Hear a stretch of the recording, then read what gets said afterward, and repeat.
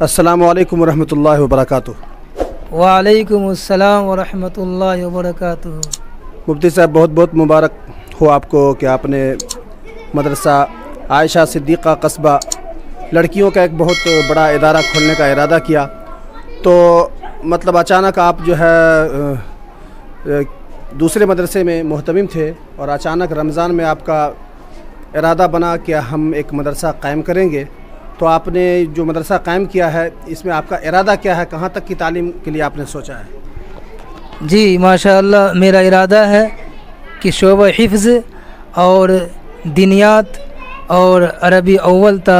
دور حدیث شریف تک یعنی بخاری شریف تک کی تعلیم کا نظم کیا ہے۔ ماشاء اللہ، ہماری نظروں میں کوئی پہلا مدرسہ ایسا قائم ہوا ہے جس میں شروع یعنی آغاز نورانی قاعدہ سے لے کر کے بخاری شریف تک کا آغاز کیا گیا ہو، اور بہت سارے علماء کرام یہاں تشریف فرما ہوئے، جس میں حضرت مولانا علی حسن صاحب مظاہری، حضرت مولانا مفتی خالد حسین صاحب، حضرت مولانا مفتی عمران صاحب قاسمی، حضرت مولانا مفتی اظہر صاحب مظاہری، حضرت مولانا مفتی عبدالجبار صاحب جو خود اس مدرسے کے ذمہ دار ہیں، اور خود آپ مفتی محمد ناصر صاحب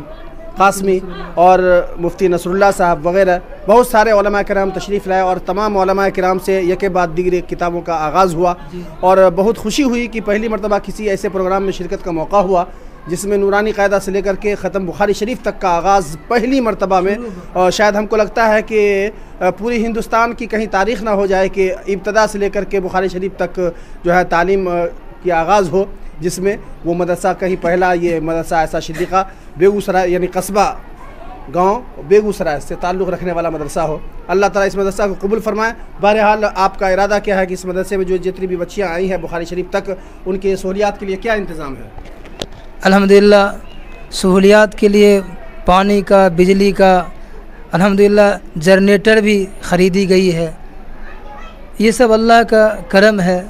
کہ شروع میں ہی اتنی محنت کے ساتھ جانفشانی سے بچیوں کی تعلیم تربیت کے لیے اور ان کی رہائش کے لیے آسانی کے لیے ہم لوگوں نے اور ہمارے علاقے کے علماء دین نے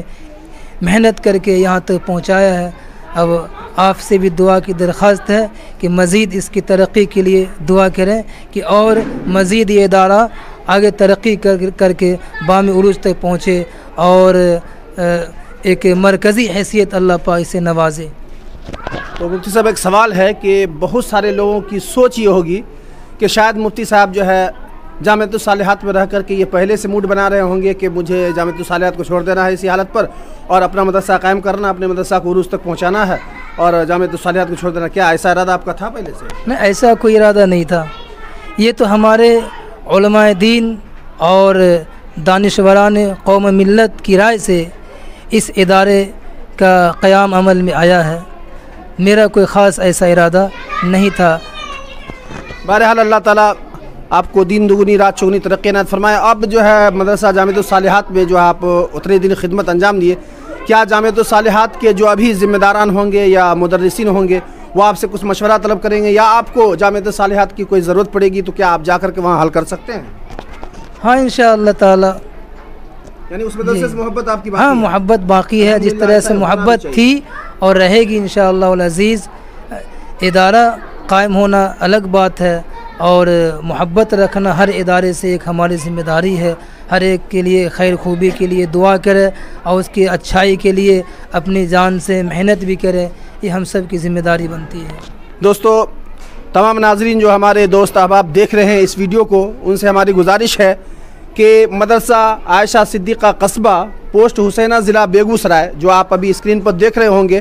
ہماری آپ سے گزارش ہے کہ یہ کوئی پہلا مدرسہ ایسا قائم ہوا ہے بیگوسرائے ضلع میں خاص طور سے، اور ہمیں یہ لگتا ہے کہ کہیں ہندوستان کی یہ تاریخ نہ بنے آنے والے یعنی کہ موجودہ زمانے میں، جو حالیہ زمانے میں جو ابتدا سے لے کر کے بخاری شریف تک کی تعلیم بیک وقت شروع کر دی گئی ہو، تو آپ لوگ اس مدرسے کے خوب دھیان رکھیں اور خوب امداد کریں۔ اور انشاءاللہ ابھی مفتی عبدالجبار صاحب فرما رہے تھے کہ انشاءاللہ آپ جو رقومات مدرسے میں بھیجیں گے انشاءاللہ میں اس رقم کو صحیح طور سے صحیح مصرف میں خرچ کروں گا، اور آپ جس مقصد کے تحت دیں گے اللہ تعالیٰ اس کا اجر آپ کو پورا عنایت فرمائیں گے۔ تو انشاءاللہ مجھے امید ہے تمام ناظرین سے اور تمام ہندوستان کے رہنے والے اور بیرون ملک بھی رہنے والے جہاں تک یہ آواز پہنچ رہی ہو اور جہاں تک یہاں کے انتظامیہ پہنچے اور اس مدرسے کی امداد کے لیے، تو آپ سے گزارش ہے کہ زیادہ سے زیادہ اس مدرسے کی مدد کریں، اور یاد رکھیں کہ